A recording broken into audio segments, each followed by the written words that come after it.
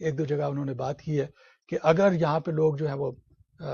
جرائم میں مبتلا ہے اور انہوں نے جرم کیے تو ان لوگوں کو چاہے وہ امریکن سٹیزن ہی کیوں نہ ہو تو اس کا مطلب ہے بائی برتھ سٹیزن بھی اس میں شامل ہو گئے، تو ان لوگوں کو اٹھا کے جو ہے وہ بیرونی ممالک کی جیلوں میں بھیج دیا جائے، اور ایل سیلواڈور کی جو جیل ہے ان کی بڑی پسندیدہ جیل ہے، انہوں نے کہا کہ وہاں پہ بیٹھ کے جو ہے مزے اڑائیں۔ تو یہ ایک بہت ہی میں سمجھتا ہوں کہ بہت بڑا قدم ہوگا، اور اگر کوئی اس قسم کی حرکت کی جاتی ہے، لیکن یہ کانسٹیٹیوشنلی جو ایکسیپٹیبل نہیں ہوگا، اور نہ ہی کورٹس اسے ایکسیپٹ کریں گی، اور نہ میں سمجھتا ہوں کہ امریکن پبلک اس بات کو تسلیم کرے گی کہ اگر کسی شخص نے یہاں پہ جرم کیا اور امریکن سٹیزن تو اسے یہاں سزا ملنی چاہیے، یہاں پہ رکھیے۔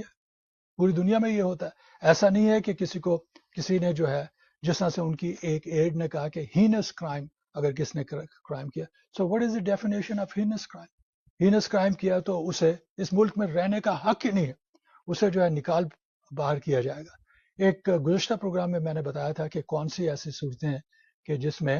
جو بائی برتھ امریکن سٹیزن ہے وہ امریکن سٹیزن شپ کے حق سے جو ہے محروم ہو سکتے ہیں، لیکن اس میں یہ نہیں ہے کہ گورنمنٹ کوئی قدم اٹھائے گی اور کہے گی کہ ہم تمہاری سٹیزن شپ واپس لے رہے ہیں۔ اس میں اس شخص کا عمل شامل ہو سکتا ہے جس سے یہ ثابت ہو کہ وہ خود ہی امریکن سٹیزن شپ جو ہے